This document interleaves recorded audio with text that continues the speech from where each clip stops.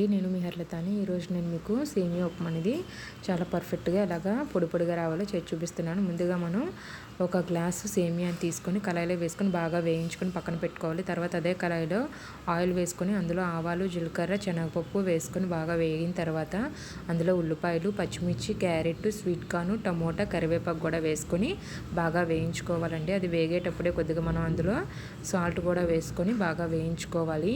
మనకి ఇవన్నీ కూడా వేగిన తర్వాత ఇప్పుడు ఇందులో మనం గ్లాస్ సేమియా తీసుకున్నాం కదండి, గ్లాస్ సేమియాకి గ్లాసున్నర వాటర్ అయితే వేసుకోవాలి.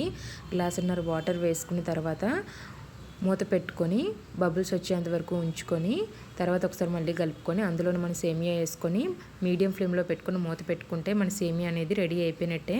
నచ్చితే లైక్ చేయడం, సబ్స్క్రైబ్ చేసుకోవడం మాత్రం మర్చిపోకండి. అలాగే ఇంకో మంచి వీడియోతో నేను మళ్ళీ మీ ముందుకు వస్తాను.